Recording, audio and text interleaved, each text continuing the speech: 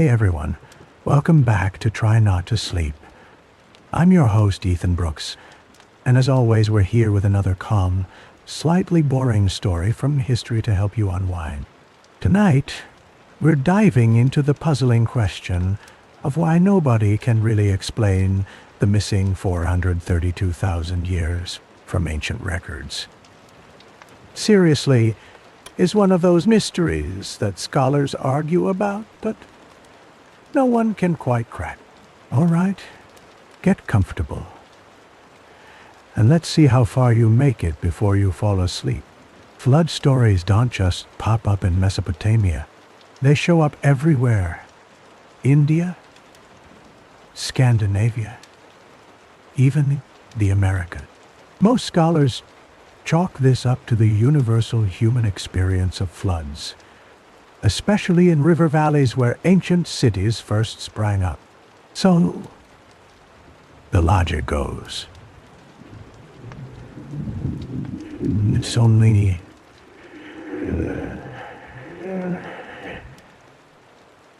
natural that people would weave these disasters into their myths. But then, the details start to line up a little too closely. Take the Sumerian flood account and compare it to the biblical story of Noah. Both have a chosen survivor, a massive boat, birds sent out to test the waters, and a promise or covenant at the end. The Hindu story of Manu. Same thing. A warning, a boat, a catastrophic deluge, and a new beginning. Even Norse mythology describes a flood that wipes out most of humanity, sparing just a few. These aren't just vague similarities. The number 432,000 appears in Sumerian, Hindu, and Norse traditions. Sometimes as years, sometimes as ages, sometimes as cycles. That's not a random overlap. Mitz Herther-Vond and the authors of Hamlet's Mill in 1969 pointed out that 432,000 fits neatly into astronomical cycles, like the precession of the equinoxes. So, is it possible these stories are more than just metaphor? Maybe they're encoding real events, like the end of the last ice age, when sea levels surged and coastlines vanished. The Persian Gulf Basin, for instance, flooded between 8,000 and 6,000 years ago, right where Sumerian civilization emerged. Archaeologists have found flood layers at sites like Shuruppak, dated to around 2,900 BCE, matching the supposed hinge between myth and history. But there's a catch. Most experts argue that these flood layers only show local disasters, not a single world-ending event. They also point out that similar stories could arise independently, since every culture faces floods and wants to explain suffering or renewal. Still, the specifics are hard to ignore. Why do so many stories feature birds, boats, and a handful of survivors? Why do the numbers and motifs echo across continents and centuries? Maybe it's just coincidence. Or maybe something deeper is being preserved. Something we haven't fully decoded yet. If these myths are more than just stories, what else might they be trying to tell us about the world before the flood? Sumerian myths don't just talk about floods and kings. They keep circling back to water itself. Not just any water, though. The Abzu.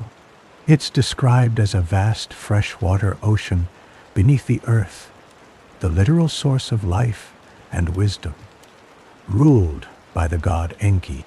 Most scholars see Abzu as pure symbolism, a way for the Sumerians to explain springs, rivers, and the mystery of life bubbling up from underground. It's a mythic well of inspiration, not a real place.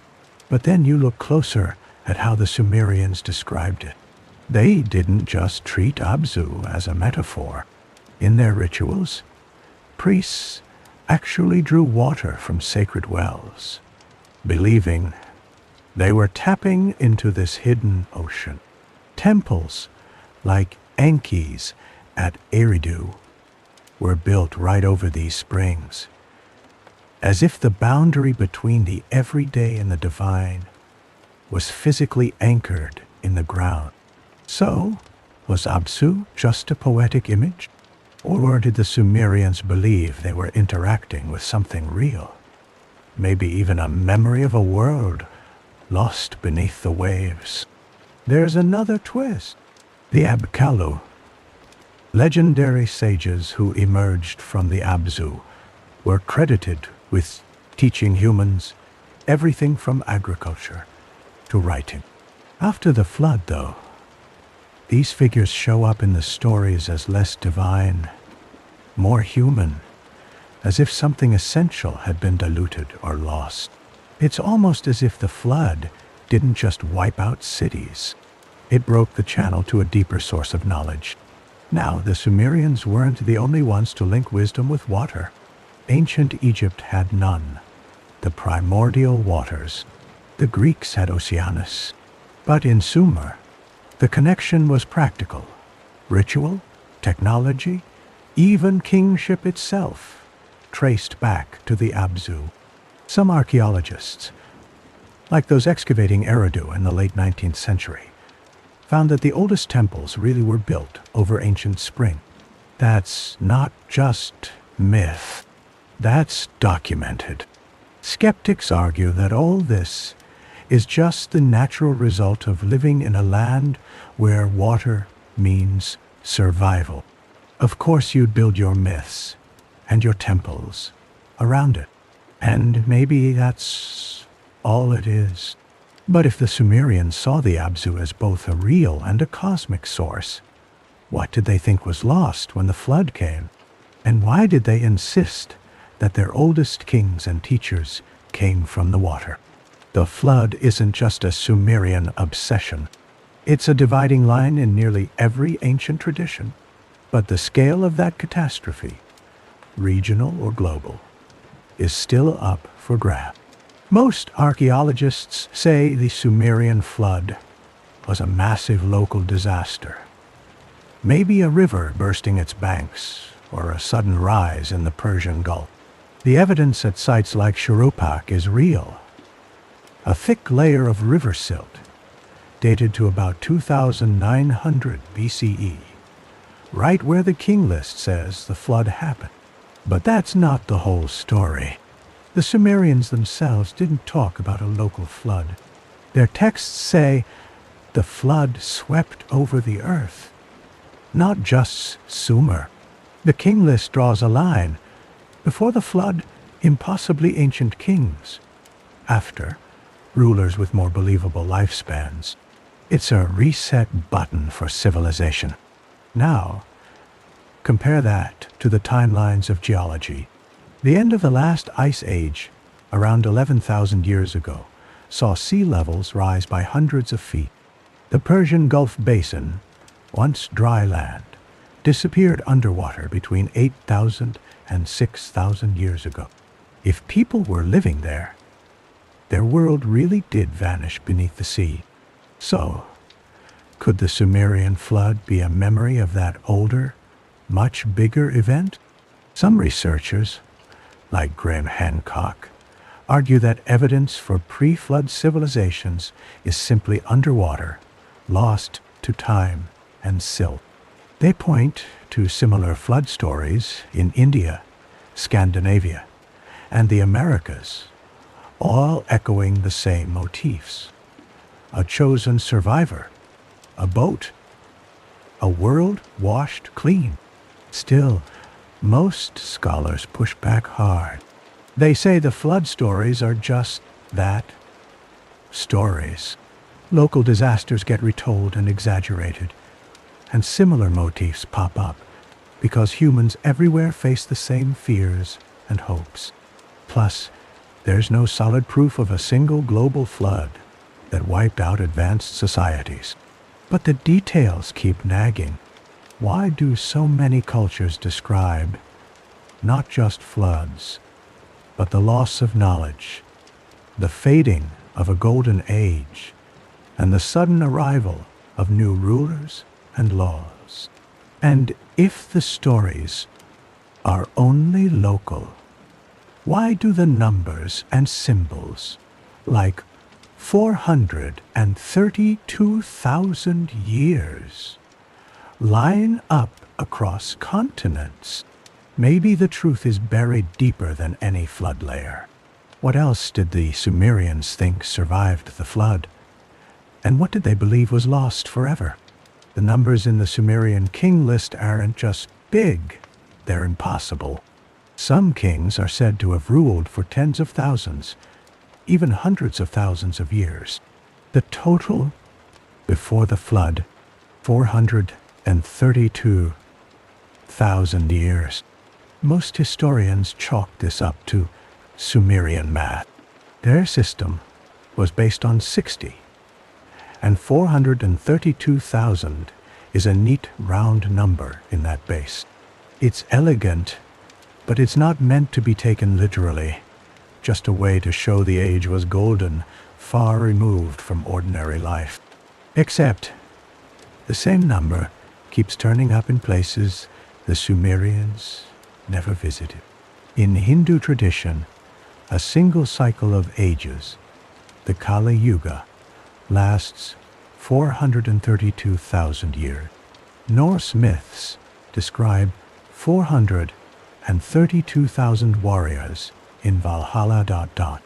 Even Babylonian texts echo this figure, linking it to the reigns of ancient kings and the cycles of the cosmos.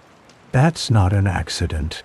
Myth researchers and the authors of Hamlet's Mill noticed that 432,000 fits perfectly into astronomical cycles. The precession of the equinoxes, one full wobble of Earth's axis, takes about 25,920 years. Divide that by 60, you get 432. Multiply by 2,160, the years per zodiac sign, and you're right back at the Sumerian king list total. So maybe these numbers aren't just fantasy. Maybe they're coded references to the sky. Cycles so long, only a civilization obsessed with time would bother to track them. But why would ancient scribes care about encoding astronomy in stories about kings and floods? Some suggest the numbers are a way to connect human history to the cosmos, to show that kingship itself is part of a much bigger pattern. Others think it's just coincidence, or the result of cultures borrowing from each other as stories spread along trade routes. There's a catch, though. No archaeological evidence confirms that anyone, Sumerian or otherwise, actually measured these cycles with precision. The king list could just be a mythic genealogy, not a secret astronomical code.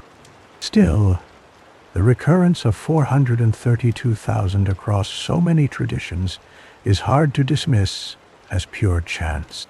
If these numbers do point to lost knowledge, what else might be encoded in the king list, waiting to be uncovered? If the numbers might be a code, what about the kings themselves? The Sumerian king list doesn't just stretch time, it divides it. There's a sharp break. 10 rulers before the flood, each with reigns spanning thousands or even millions of years. After the flood, lifespans drop off a cliff. Kings suddenly rule for decades, not eons. Most researchers say this is pure mythology. The long reigns are meant to show a lost golden age, an era so far removed from reality, it can only be described in impossible numbers. The flood, then, is a line in the sand. Everything before is myth. Everything after is history. But there's a detail that doesn't quite fit. The same pattern appears in Genesis. 10 patriarchs, each living for centuries, followed by a flood, then a dramatic decline in lifespan. India's Manu and the ancient Norse kings follow the same script. impossible ages, a cataclysm, then a shrunken world. That's not just literary coincidence. Archaeologists have actually confirmed some names from the king list, like in Jesse of Kesh, with inscriptions dating to around 2600 BC. So at least part of the list is grounded in real rulers. But the pre-flood kings? No evidence, just texts copied and recopied for centuries. So why did the Sumerians insist on linking their oldest kings to waterborne sages, the Abzu, who supposedly brought wisdom from the depth? And why did they describe post-flood Abzu as diminished, less divine, as if something vital had been lost in translation? It's almost like the flood isn't just a disaster. It's a boundary between worlds. Before, knowledge comes from a direct, almost supernatural source. After, it's muddied, harder to reach. Skeptics argue that this is just how myths work. Cultures everywhere imagine a lost perfection, then explain its loss with a catastrophe. There's no proof that any of these ancient kings, or their lifespans, were real. But if it's all just story, why do so many cultures independently echo the same pattern? Why does the decline after the flood feel so deliberate, so universal? And if the Sumerians saw their own history as a fading echo of something greater, what did they think had truly been lost? It's easy to see the flood as a dividing line, but the Sumerians weren't just obsessed with disaster. They were obsessed with legitimacy. After the flood, rulers didn't just inherit power. They claimed it descended from the sky. That wasn't just a metaphor. In Sumerian belief, kingship literally descended from heaven. The gods chose the city, the temple, and the person. If you wanted to rule, you needed a stamp of approval from above. Specifically, from Enlil's temple at Nippur. No temple blessing, no throne. This wasn't just political theater. The Sumerians built their entire system around the idea that cosmic order flowed from the heavens, through the gods, into the king, and finally into society. Every law, every festival, every boundary stone was traced back to this chain. But there's a twist. The king list doesn't just record who ruled. It claims the very institution of kingship was handed down from the sky before the flood, then restored after. The implication is clear. The right to rule is older than any city, older even than the world as it exists now. So why insist on this celestial origin? Why not just say the strongest man took charge? Some scholars argue it was a clever way to keep kings in check. If your authority comes from the gods, you're answerable to more than just your own ambition. But others see something deeper, a memory of a time when cosmic and earthly order were one and the same. There's evidence for this belief in the ruins of Nippur. Archaeologists found that every new ruler made a pilgrimage there, leaving inscriptions and gifts, hoping to secure divine favor. That's not just myth. It's documented practice, repeated for centuries. Still, critics point out that all societies invent stories to justify power. Just because the Sumerians wrote it in clay doesn't mean the gods were actually handing out crowns. But if kingship was really seen as a cosmic gift, what did it mean when that connection frayed? Or when rulers tried to claim it for themselves? And if the line to heaven was ever broken, who or what filled the gap? Something keeps showing up in the oldest stories. The number 432,000. It's stamped right into the Sumerian king list. 10 rulers before the flood, reigning a total of 432 432,000 years. That's not just a big number. It's wildly beyond anything that could be historical. Most historians say it's just math. The Sumerians loved base 60, and 432,000 is a clean, elegant figure in their system. It shows up in calculations, star charts, even in the way they measured time. But then it pops up somewhere else. In India, ancient Hindu texts say the Kali Yuga, the Age of Darkness, lasts exactly 432,000 years. Norse mythology claims there are 432,000 warriors in Odin's Valhalla, waiting for the final battle. Babylonian records echo the same number, linking it to cycles of kings and ages. That's a pattern, not a coincidence. So, is it just cultural borrowing? Maybe. Except these traditions are separated by continents and millennia.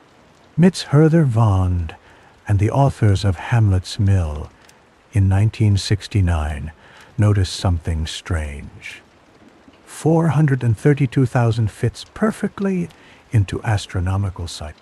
The precession of the equinoxes, a 25,920-year wobble of Earth's axis, divides neatly into 432 and 60.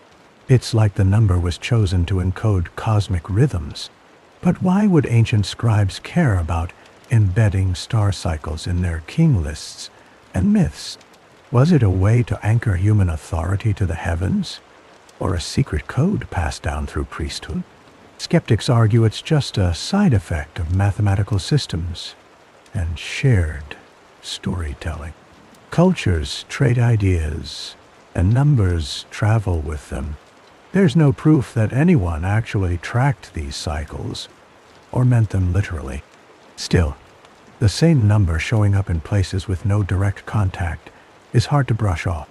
If 432,000 is more than a mathematical flourish, what were the Sumerians and their distant cousins really trying to preserve? And what else might be hidden in plain sight, waiting to be decoded? Most people see 432,000 as just a big round number, useful for Sumerian math, maybe a nod to their fascination with the stars. But the number keeps showing up in places it shouldn't, and not just in king lists or ancient calendars. Now, some researchers have noticed something odd. If you take the average human heartbeat, about 60 beats per minute, and add it up over a lifetime, you get numbers that echo cosmic cycles. Multiply 60 beats by 60 minutes, then by 24 hours, and by 360 days, the Sumerian year, and you land close to 31 million. But stretch that by certain multiples, and suddenly you're circling back to 432,000. It's a stretch, but it's not impossible. So, could the Sumerians have been encoding more than celestial patterns? Maybe they saw a link between the rhythms of the body and the rhythms of the sky. Ancient texts often blur the line between microcosm and macrocosm. What happens in the heavens is mirrored in the flesh. That's not just poetic thinking. In India, the Rig Veda links the breath and heartbeat to cosmic cycle. Norse myth connects Odin's warriors to the pulse of the universe. Even Babylonian priests tracked both astronomical and biological cycles, believing they were intertwined. But there's a snag. Modern scholars argue there's no evidence the Sumerians ever measured the heartbeat, let alone tied it to astronomy.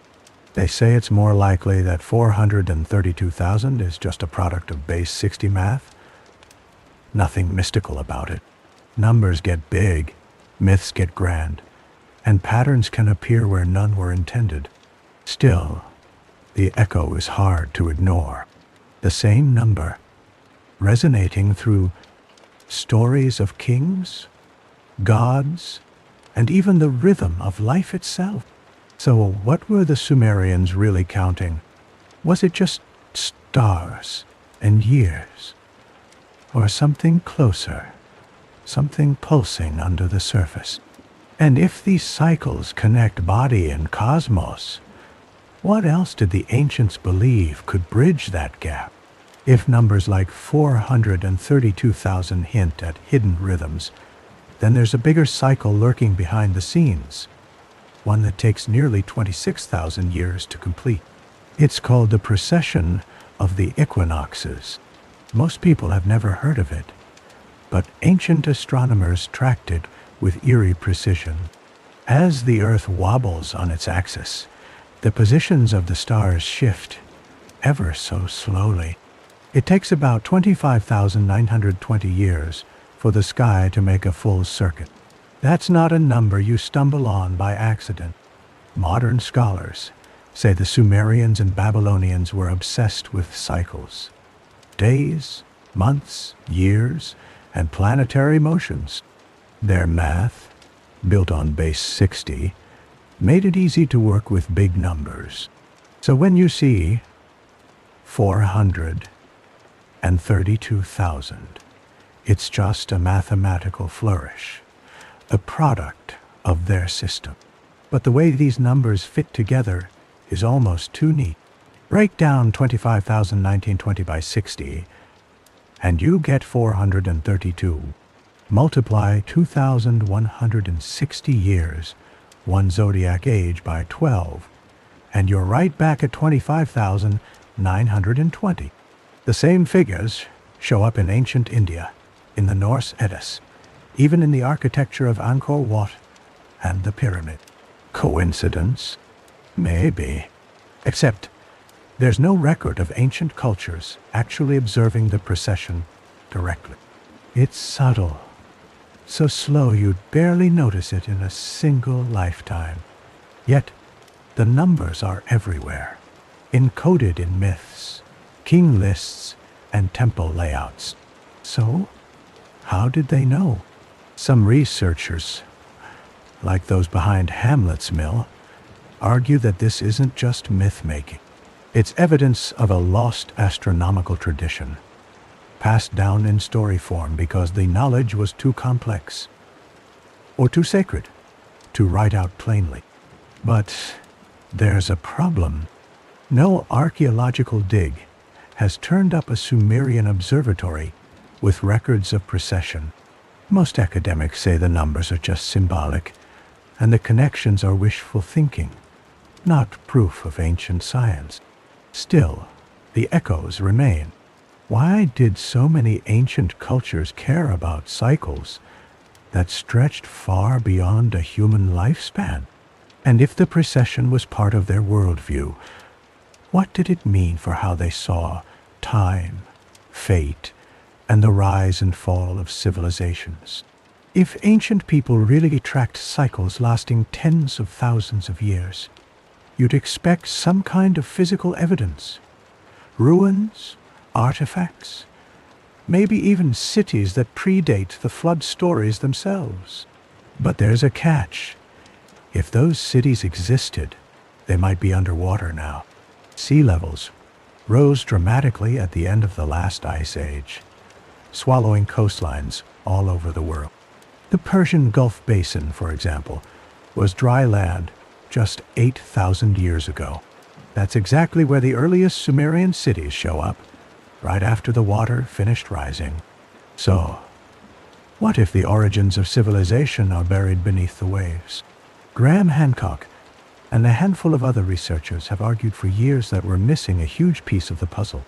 They point to submerged ruins off the coasts of India, Japan, and the Mediterranean. Structures that look suspiciously regular, sometimes even like streets or walls. If true, these could be the remnants of forgotten cities, wiped out by rising seas and remembered only in myth. But most archaeologists aren't convinced. They say the evidence just isn't there. Underwater ruins, often turn out to be natural formations, rocky outcrops, not temples or ziggurats. Plus, no one's found writing, tools, or pottery that would prove a lost civilization once thrived beneath the Persian Gulf or the Indian Ocean. Still, the timing is hard to ignore. The world's oldest known cities appear right after the Ice Age floods. The Sumerians themselves claimed their culture came from somewhere else, somewhere now lost. Even the Gulf Oasis hypothesis, proposed by Jeffrey Rose in 2010, suggests that people displaced by flooding could have sparked the sudden rise of cities like Eridu. Skeptics argue that language extinction and migration are common. Just because Sumerian has no known relatives doesn't mean it came from a sunken world. And until someone finds an actual underwater city with clear, datable artifacts, the mainstream view holds. Civilization began on dry land, not beneath the sea. But what if the most important evidence is still out there, buried under silt, waiting for the right technology or the right question? If the stories of lost cities are more than legend, what else might be hiding beneath the waves? Eridu is often called a first city, at least the first in Sumerian memory. But its sudden appearance on the southern Mesopotamian plain has always been a bit of a puzzle. According to tradition, Kingship descended from heaven and landed at Eridu right after the flood. The city grew rapidly, with temples layered one atop another, each more elaborate than the last. The standard view is that Eridu was built by local people, adapting to a new landscape as the Persian Gulf receded. They mastered irrigation, organized labor, and eventually invented writing. Civilization, in this telling, sprang up where resources and opportunity aligned. But there's a detail that doesn't quite fit. Eridu's oldest levels show a burst of activity, architecture, pottery, even religious practices that seem fully formed from the start. There's little evidence of a gradual learning curve. It's as if the first settlers arrived with a plan, not just hope. So, where did that knowledge come from? Some archaeologists, like Jeffrey Rose in 2010, have floated the idea that Eridu's founders weren't locals at all. Instead, they might have been refugees from the now submerged Gulf Oasis, a lost land that supported complex communities before the sea swallowed it.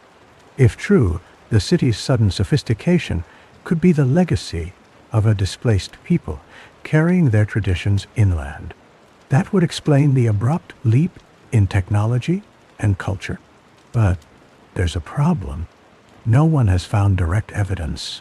No tools, no texts, no ruins on the floor of the Persian Gulf to prove a vanished civilization existed there.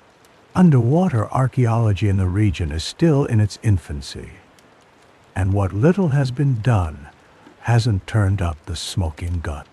Skeptics argue that language isolates like Sumerian are common, and that rapid urbanization can happen when conditions are right. Maybe Eridu's builders were just lucky, or especially clever. Still, the city's origin story remains strangely abrupt. If Eridu really did rise from the ashes of a sunken world, what else might have washed ashore with its first citizens? And how much of that forgotten legacy is still hiding in the mud, waiting to be rediscovered? When the last ice age ended, the world didn't just warm up. A whole landscape vanished. The Persian Gulf Basin, now underwater, was once dry land. Rivers flowed through it, supporting marshes, lakes, and probably people.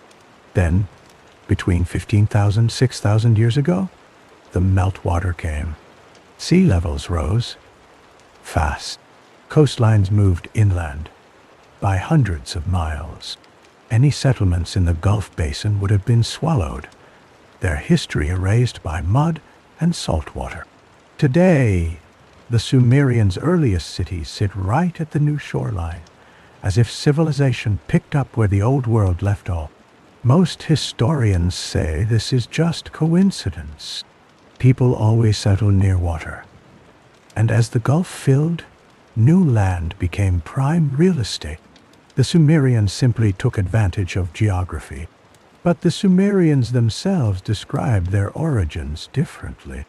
Their myths talk about a time before the flood, when knowledge and kingship came from a lost land beneath the waves. They didn't just imagine a disaster, they remembered a place. The king list, temple hymns, and even the stories of the Abzu all point back to a vanished world. That's not just a literary device. Archaeological teams from Germany and the US dug at Eridu and Shurupak in the early 1930s.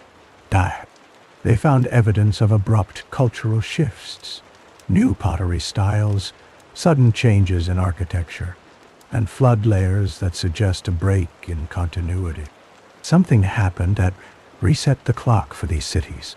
Still, there's no direct proof that a lost civilization lies buried under the Gulf. Underwater archaeology here is difficult and expensive, and so far, nothing conclusive has surfaced. Most experts argue that the Sumerians' memories are just stories, not eyewitness accounts. But if that's all it is, why does the sense of loss run so deep in their oldest texts? Why do they insist the greatest wisdom came from a world now out of reach? If the flood erased more than just land, what fragments of that drowned legacy might still be encoded in Sumerian myth? And what clues are we missing? Stories about lost wisdom and vanished worlds are one thing. Claims about ancient astronauts and genetic engineering? That's another level. Zecharia Sitchin's books, starting in 1976, took the Sumerian myths in a radical new direction. He argued that the Anunnaki, those mysterious sky beings, weren't gods at all, but extraterrestrials from a rogue planet called Nibiru. According to Sitchin, these visitors came to Earth, genetically engineered humans to mine gold, and left clues hidden in Sumerian texts. Most Assyriologists say this is pure fantasy. Sitchin's translations have been repeatedly challenged by experts in ancient languages. They point out that Nibiru, in Sumerian, actually refers to a crossing, or a point in the sky, not a planet. The Anunnaki are described in the texts as gods, not aliens. And there is no mention of DNA or genetic manipulation. But Sitchin's theory refuses to die. He links the sudden appearance of advanced civilization in Sumer to outside intervention. The argument goes like this. If the Sumerians really did inherit knowledge from a lost world, maybe it wasn't just human. Maybe the flood erased not only cities, but evidence of contact with something, or someone, far beyond our understanding. That's a bold claim, but it's not without its oddities.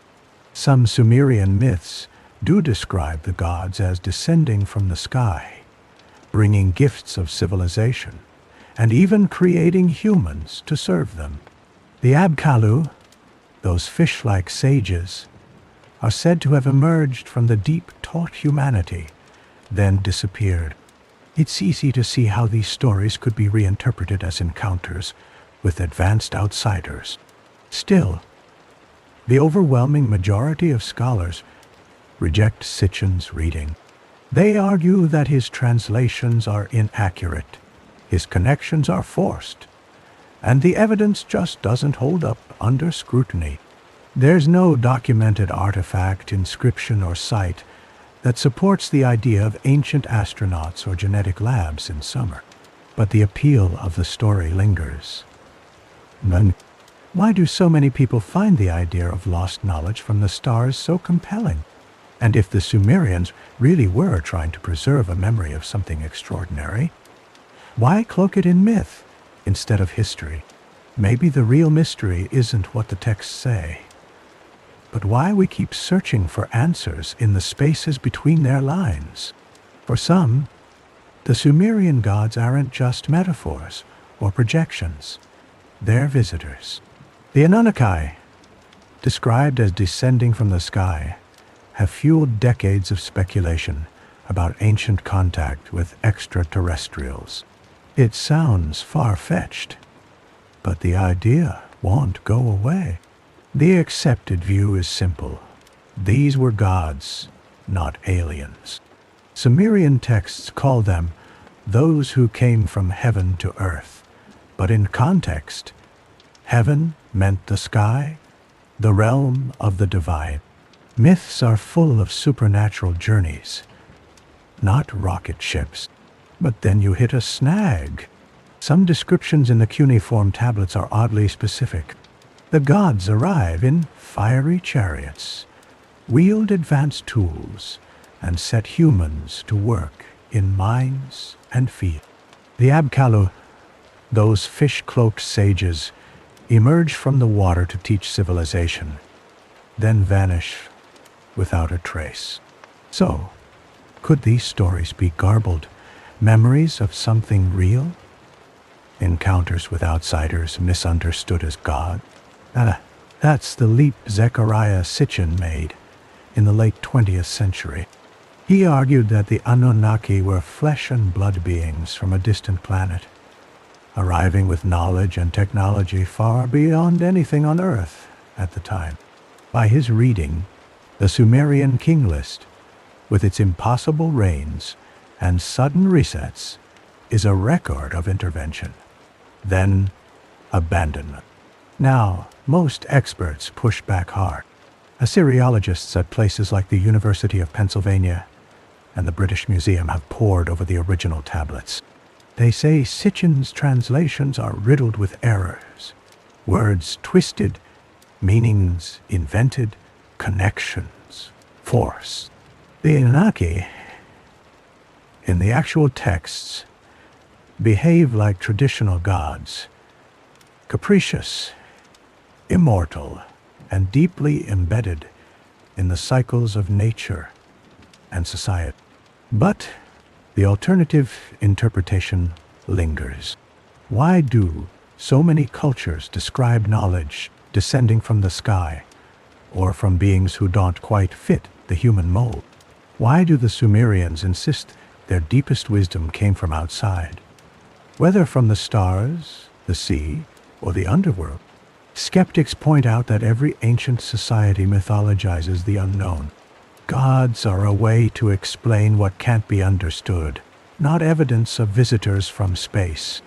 And so far, no artifact or inscription has turned up that can't be explained by human imagination.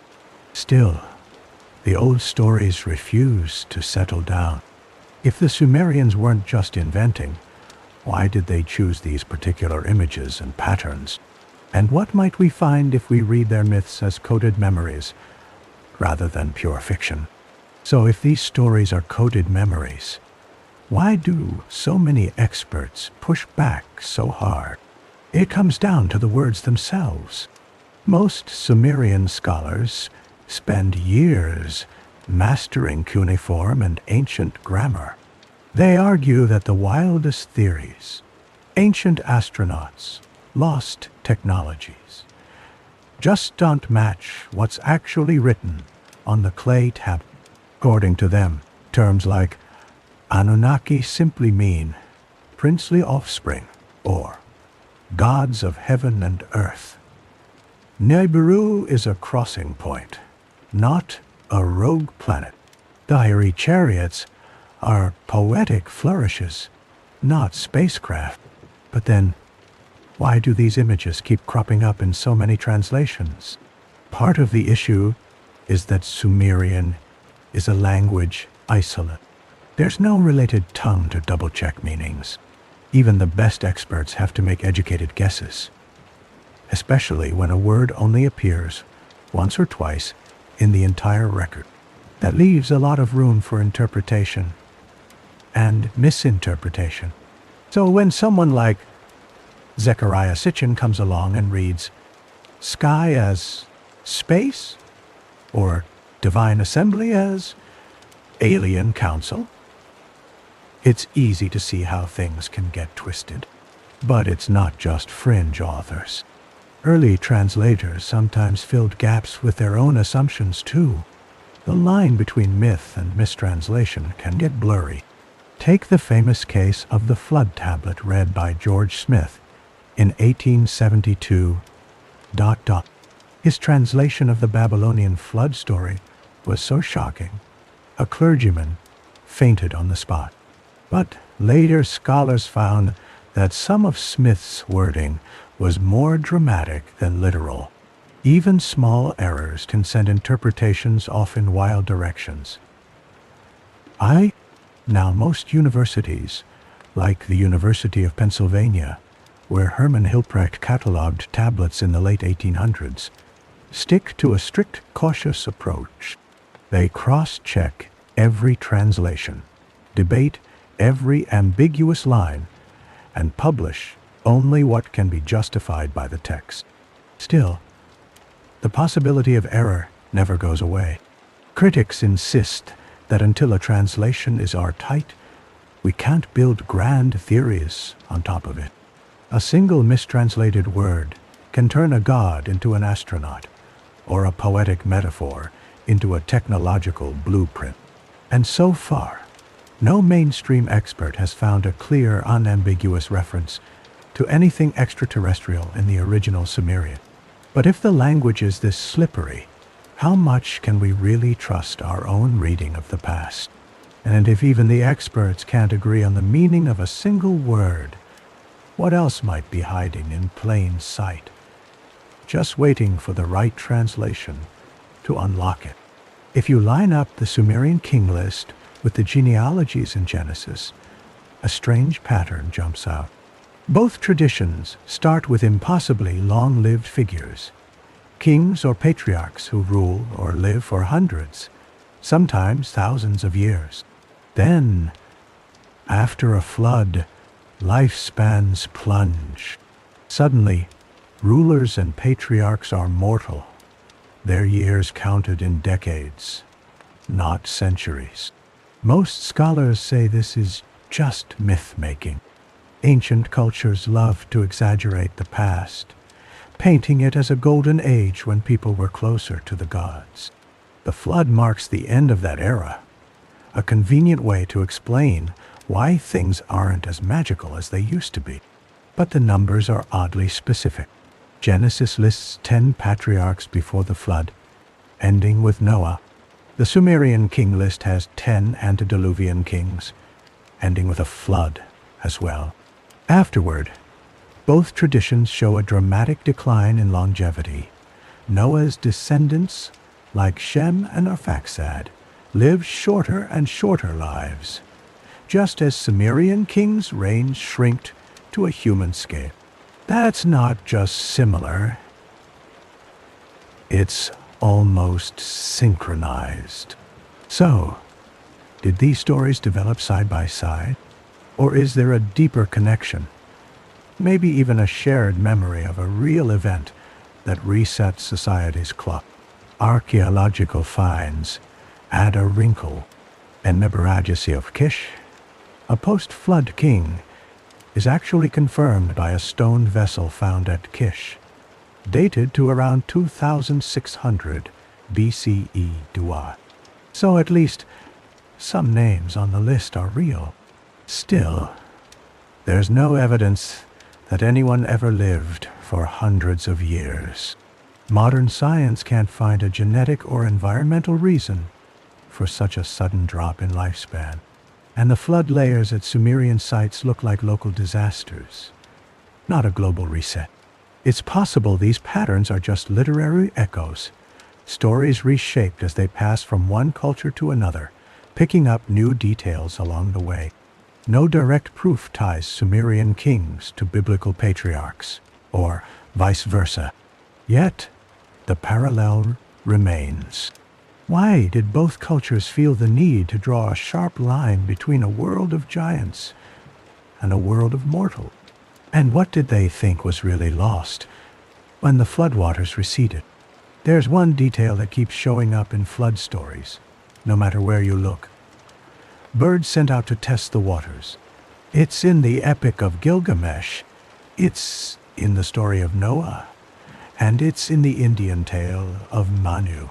A survivor, a boat, and a bird released to see if the world is safe again. Most scholars say this is just an obvious narrative choice. If you're trapped on a boat after a flood, sending out a bird makes sense. It's a practical way to check if land has reappeared. Except the similarities go deeper than that. In the Sumerian version, Utnapishtim releases a dove, a swallow, and a raven. Noah does the same.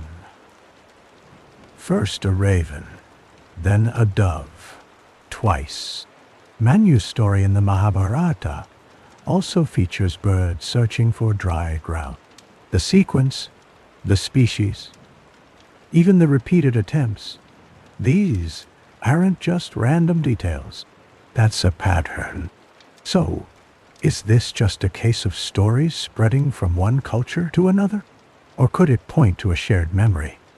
Something so striking that it's stuck in the collective imagination across continents. Now, some researchers argue that flood survivors would naturally use birds, since birds can fly far and return if there's nowhere to land. It's common sense, not cosmic significance. But why do the stories match so closely? Right down to the order of birds and the ritual of trying more than once. When cuneiform tablets were first translated in the 19th century, scholars like George Smith were stunned by these parallels. The details seem too precise to be coincidence, especially since the Sumerian and Babylonian accounts predate the biblical version by centuries, maybe millennia. Still, critics point out that floods are universal, and so are birds.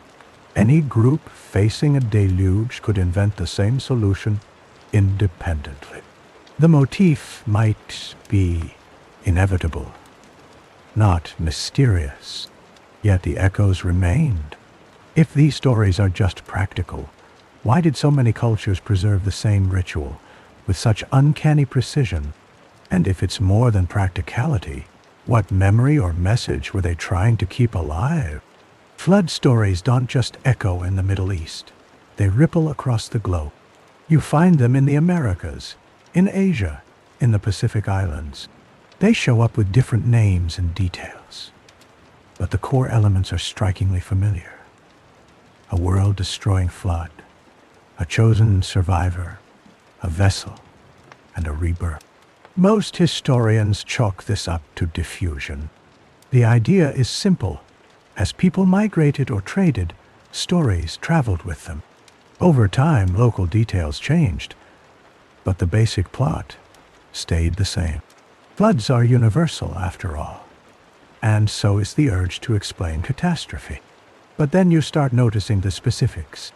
In China, the story of Yu the Great describes a flood so massive it reshaped the land, with a hero who saves his people by channeling the waters.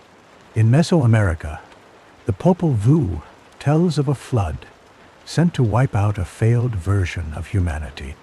Even the Maori of New Zealand have tales of a great deluge and a lone survivor. The birds, the boats, the warnings from the gods, they're all there. So, is this just a case of good stories spreading far and wide? Or could these be independent memories of real world-altering floods?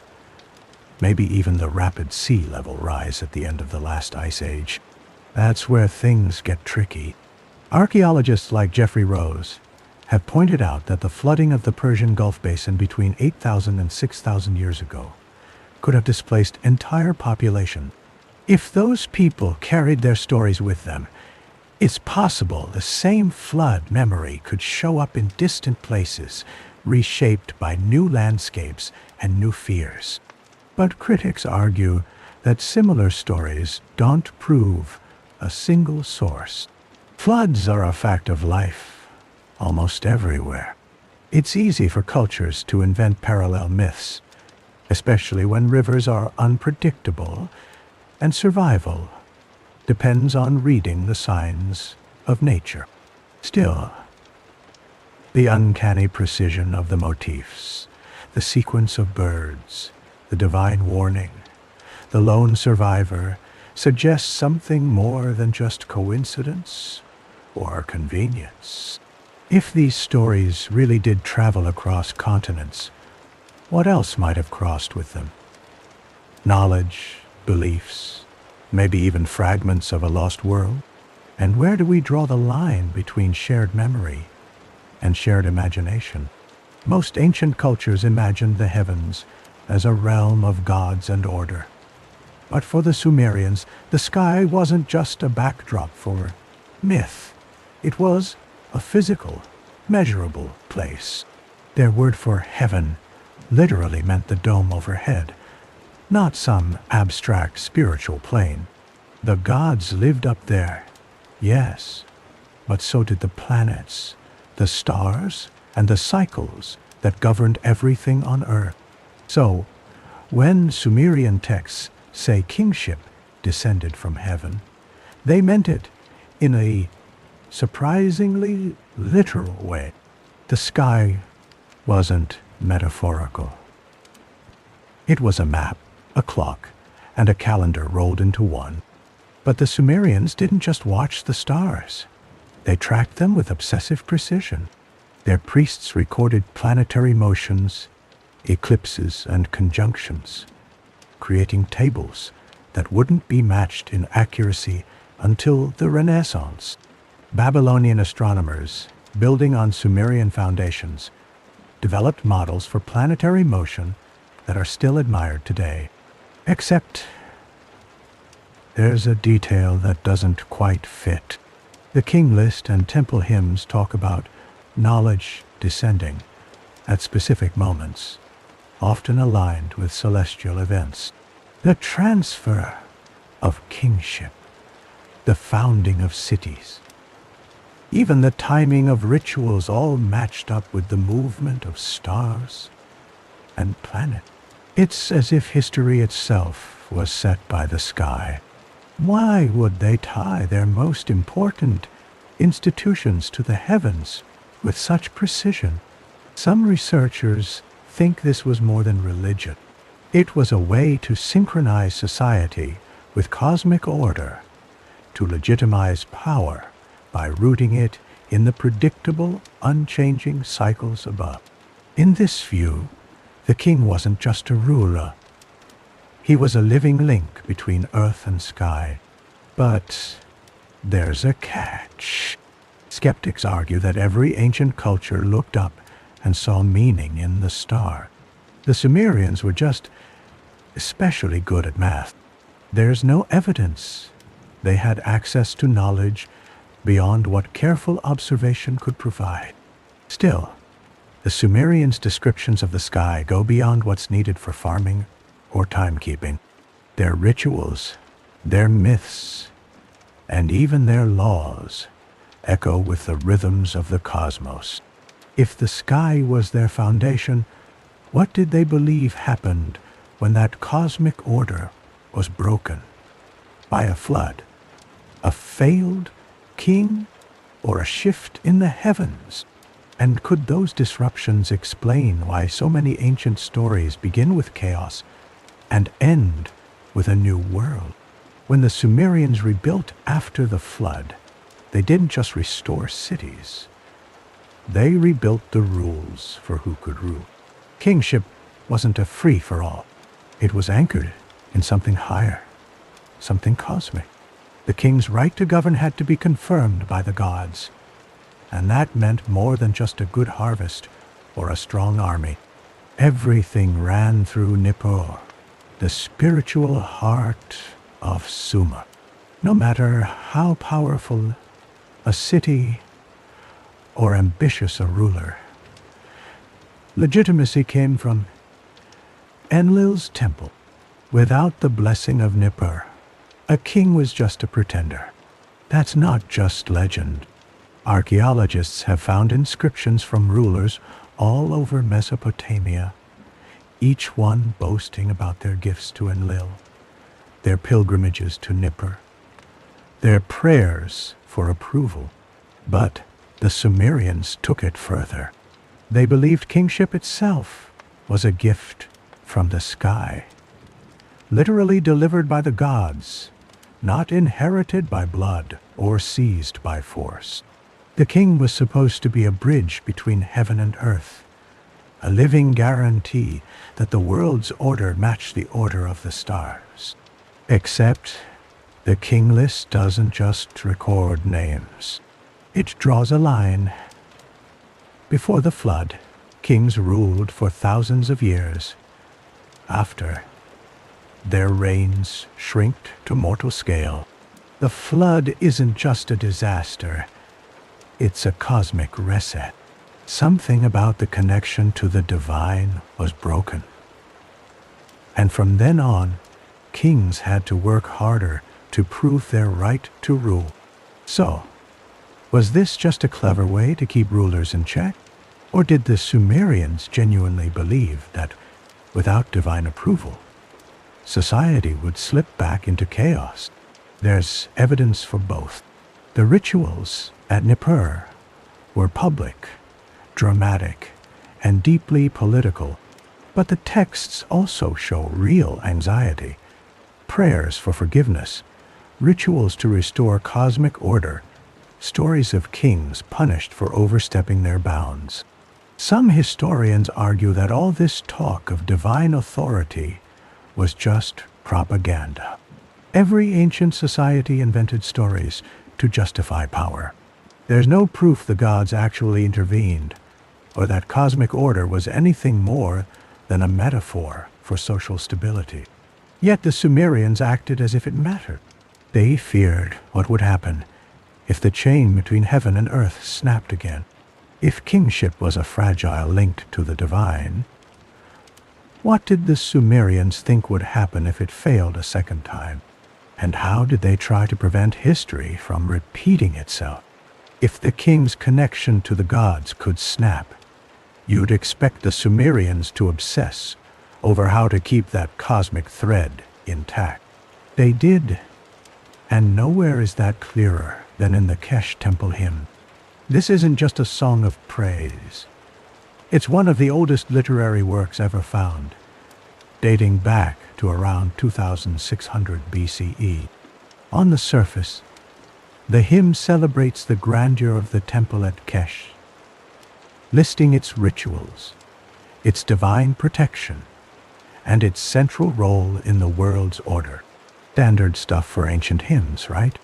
That's what most scholars say.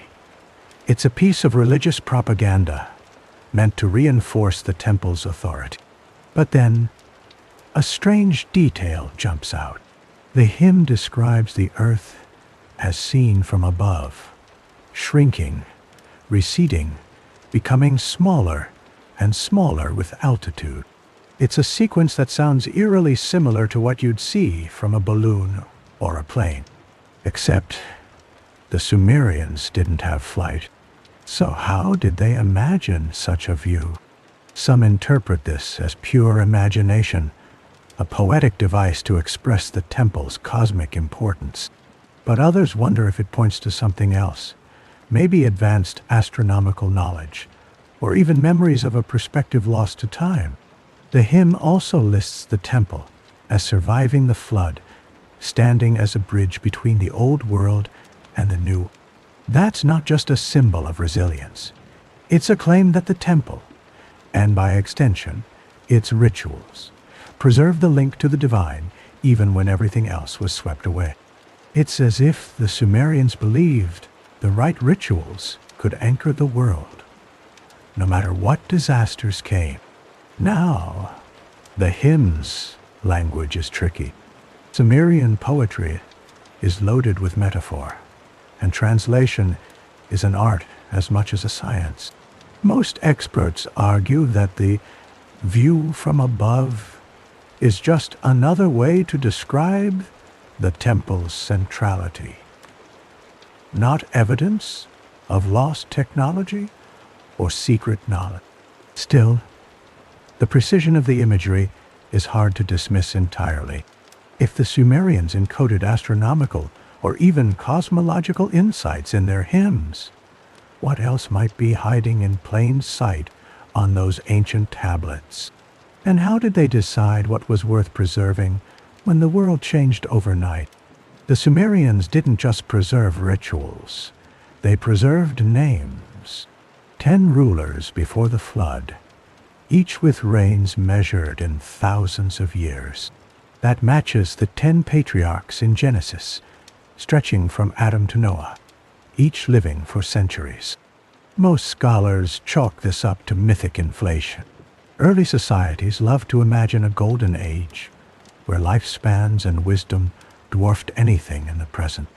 The flood, in their view, marks the end of that era, a narrative reset button. But the pattern too precise to ignore. Both lists end with a flood. Both show a dramatic drop in lifespans right after. Even the structure. The sequence of names, the notion of a chosen survivor, lines up almost perfectly. So, what were the Sumerians really trying to preserve? Some researchers suggest these names aren't just legendary kings. They're code. Each figure could represent a principle, a lost technology, or a body of knowledge carried through the flood. The king list isn't just a record of rulers. It's a map of what survived. There's a curious echo in the way the Sumerians describe the pre-flood sages, the Abzu. These weren't just wise men.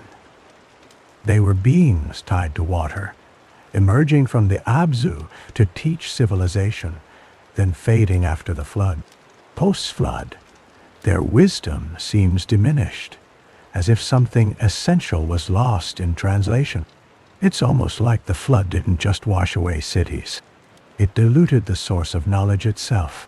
Archaeologists have confirmed at least one post-flood king, an Naberjesi of Kesh, with a stone vessel dating to around 2600 BCE.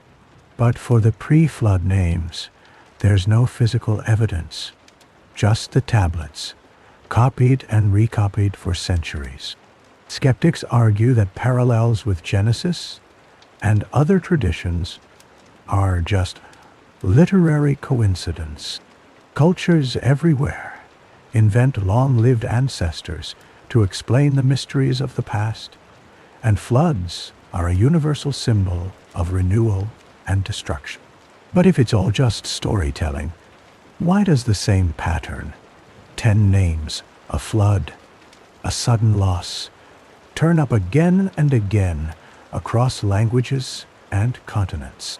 If the Sumerians were encoding something deeper in their king lists, what did they believe was truly lost in that ancient deluge? And much of that wisdom might still be hidden in the cracks between myth and history. The flood didn't just wipe away cities. It swept out the old order, leaving behind a world with new rules and new teachers. But the Sumerians didn't say civilization restarted from scratch. Instead, they credited a strange group with restoring lost knowledge. The fishmen. These weren't just ordinary wise men. The Sumerians called them Abzu, half-human, half-fish beings who emerged from the Abzu, that mysterious freshwater ocean beneath the earth. They taught writing, agriculture, and the arts of civilization to a people still reeling from disaster. So, why fishmen? Most historians see the Abzu as pure myth, a symbolic way to show that wisdom comes from the depths, both literal and metaphorical.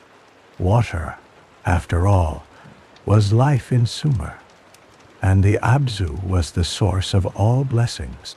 But the Sumerians described these figures with unusual precision. The first and most famous, Oannes, is said to have appeared at dawn, taught by day, and returned to sea at night. He and his successors brought specific skills: building, law, even music. Pattern repeats in Babylonian and even Greek traditions. Civilization delivered by beings who don't quite fit the human mold. That's not just a local story.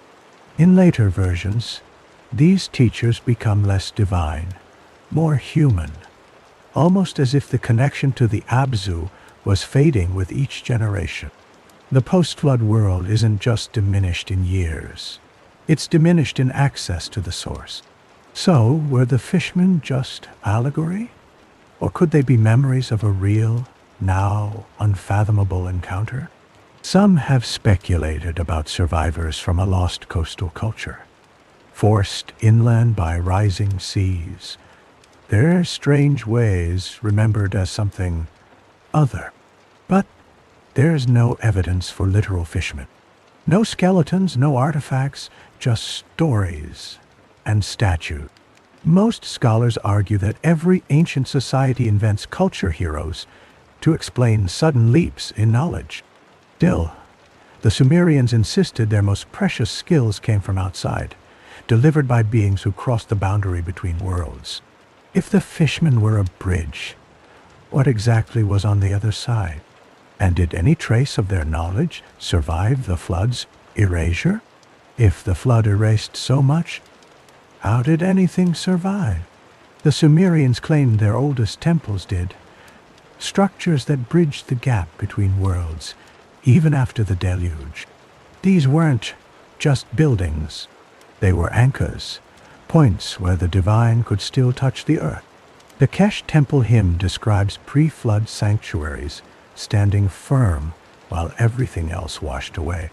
It's a bold claim, almost defiant. The hymn doesn't just praise a building. It insists that some connections were too deep to drown. But how could a temple survive a flood that supposedly wiped out cities and kings? Most scholars say the hymn is symbolic. The temple survives because its rituals and knowledge are preserved, not its bricks and mortar. The physical structure may be gone, but the sacred order persists, handed down by priests and scribes. Except the Sumerians didn't treat these places as mere metaphor. They rebuilt their temples on the same ancient foundations, layer after layer, as if restoring a lost link.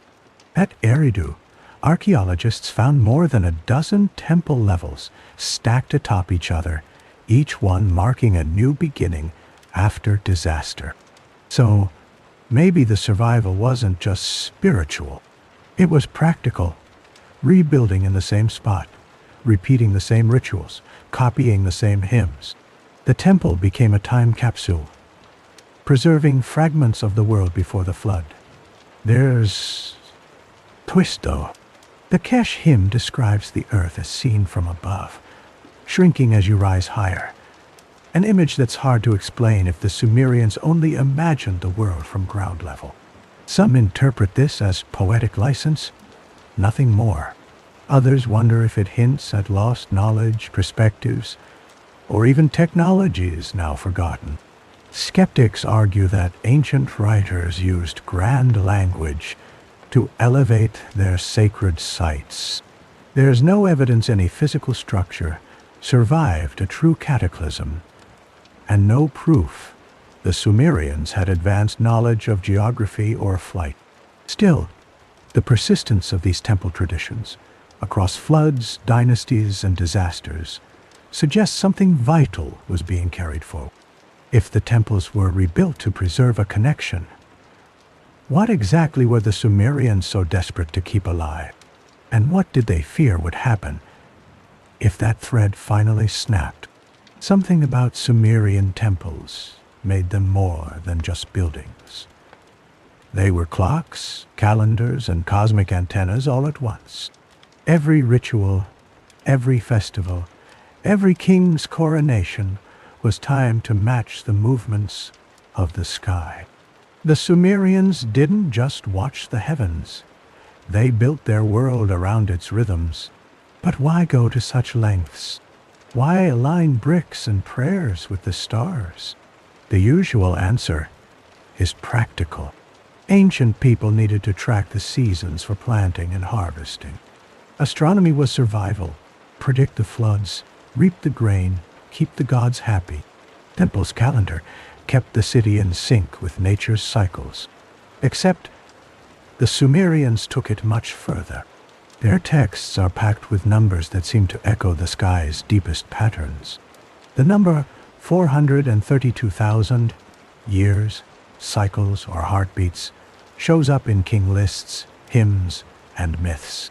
It also fits perfectly into the precession of the equinoxes, a 25,920-year cycle divided neatly by Sumerian base 60 math. That's not just agricultural bookkeeping.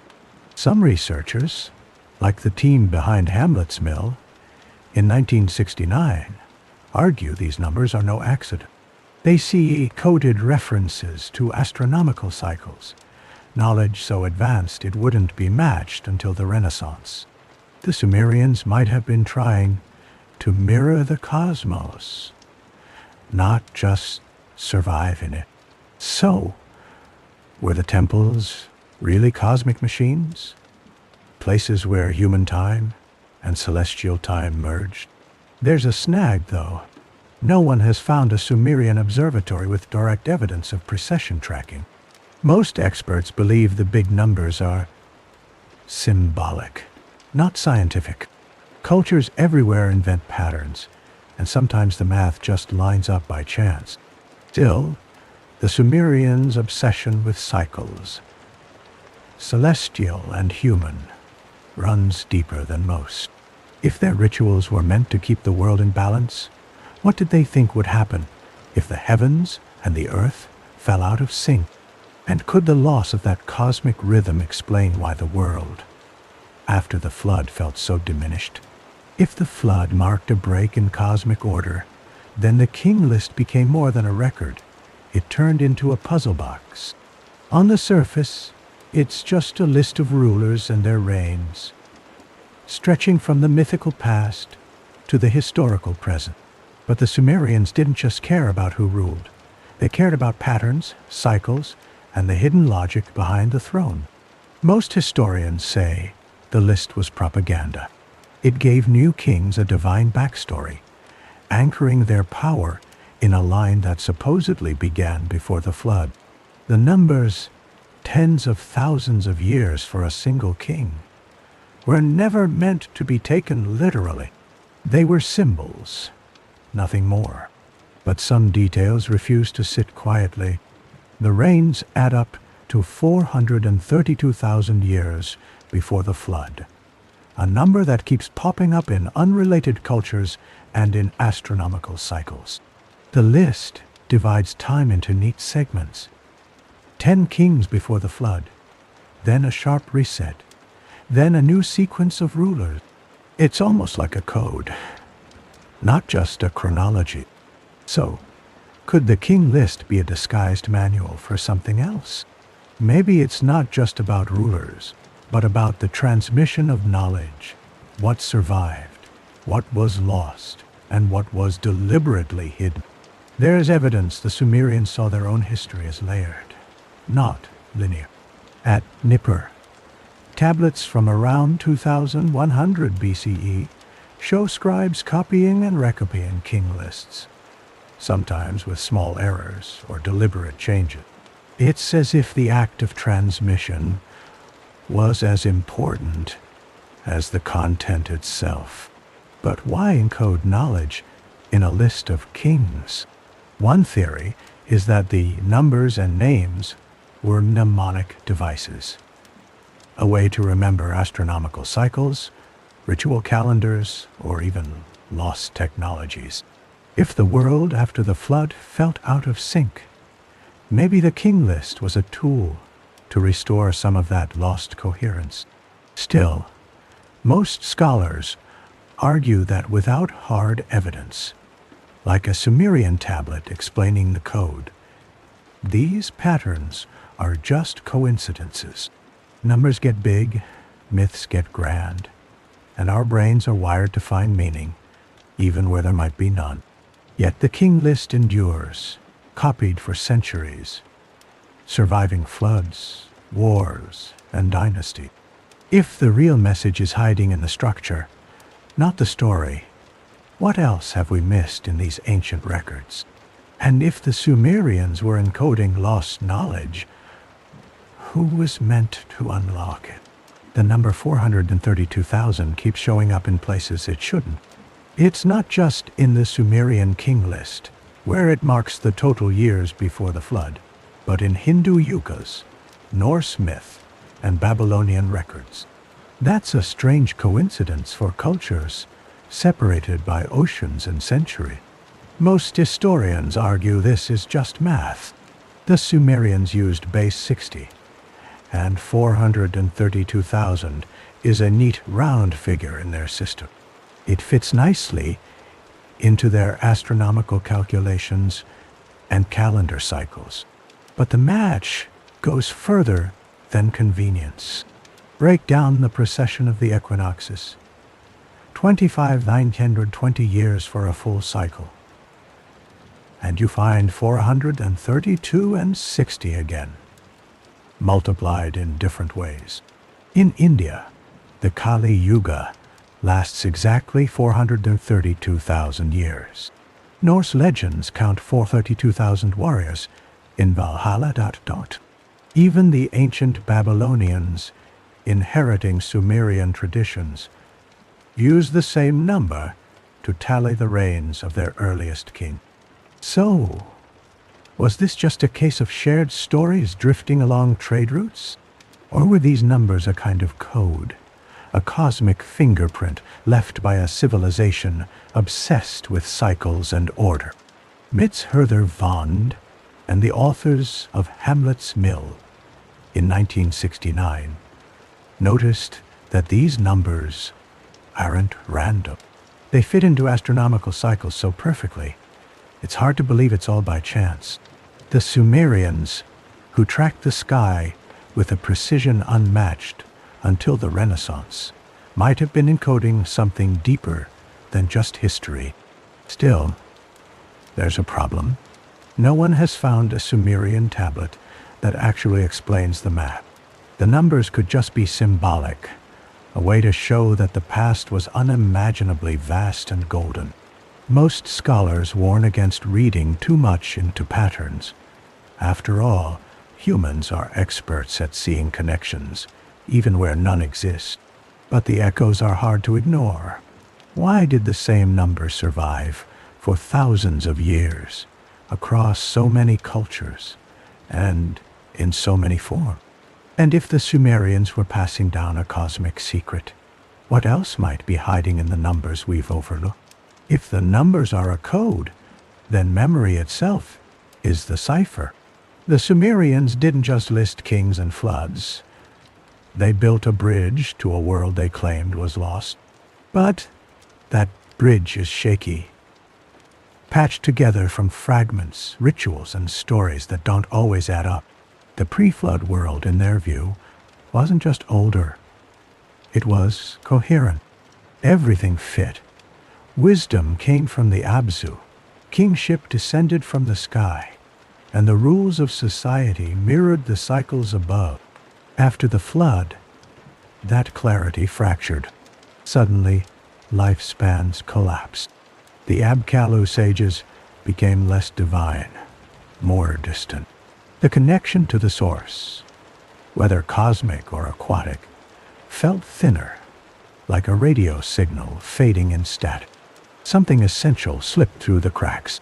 So, why did the Sumerians keep reaching back, copying and recopying lists, hymns, and rituals? Maybe they believed that memory itself could restore what was lost. By repeating the names, the numbers, the cycles. They hope to call back a vanished order. But the details get fuzzy. Student scribes in Nippur made mistakes as they copied ancient hymns, introducing errors that compounded over generations. Flood narrative shifted, numbers changed, and the line between myth and history blurred. The memory of the pre-flood world became a puzzle with missing pieces.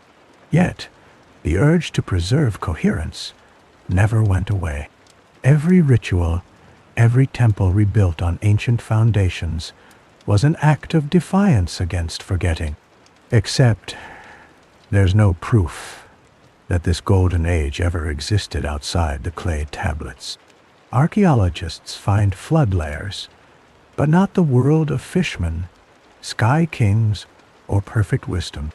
Most experts argue that these traditions are just dreams of a past that never was, stories invented to explain why the present feels broken. Still, the Sumerians acted as if something real had been lost. If the memory of coherence was so fragile, what did they fear would happen if it disappeared completely? And if the numbers were a lifeline, what else might they have encoded to keep the past alive? If numbers were the Sumerians' lifeline to the past, scribes were the ones who kept that line from snapping.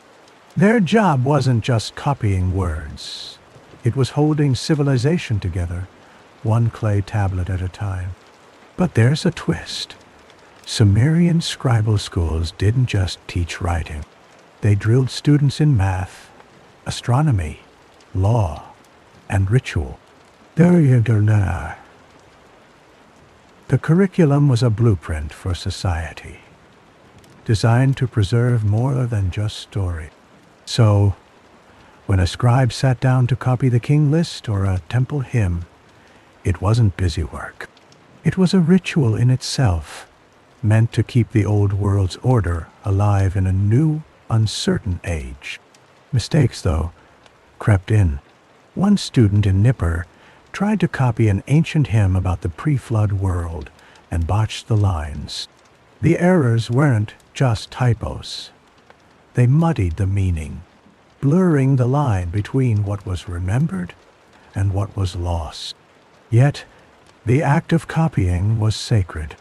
In the ruins of Nippur and archaeologists have found thousands of tablets, some pristine, others riddled with corrections and marginal notes.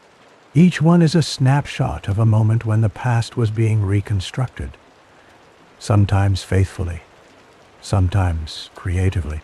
But why so much effort to preserve these texts, even when the details got fuzzy? The answer might be fear.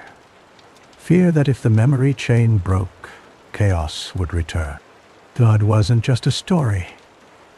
It was a warning about what happens when order dissolves.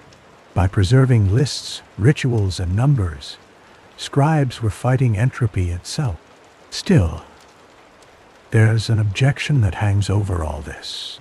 If the Sumerians were so careful, why do so many contradictions and gaps remain? Maybe the tradition was less about accuracy and more about continuity, keeping the thread alive, even if the pattern changed. The tablets endure, but the world they describe is gone. So, what fragments of that vanished coherence still shape how we think about origins, order, and the meaning of civilization? And if the scribes were encoding more than they realized, what secrets might still be hidden in the clay? The first kings weren't just names on a list. They were the backbone of Sumerian memory. The king list, copied for centuries, was more than a chronology. It was a map of how the world was supposed to work, a way to anchor the present to a golden ordered past.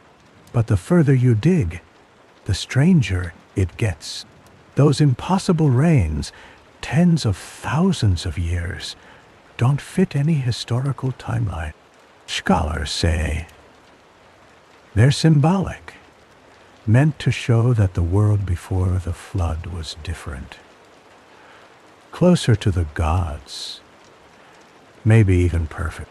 Yet, the same pattern shows up in Genesis, in India, In Norse myth, a handful of ancient rulers, a catastrophic flood, and then a sudden drop to mortal lifespans.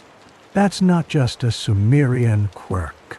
The numbers themselves, like the infamous 432,000, aren't random.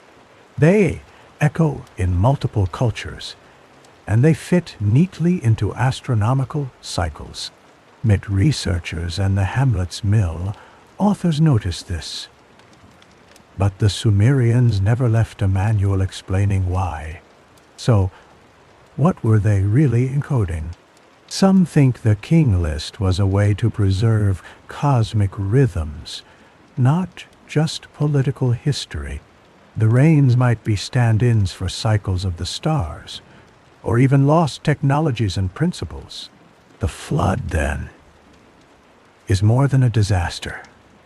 It's a dividing line between two different ways of being.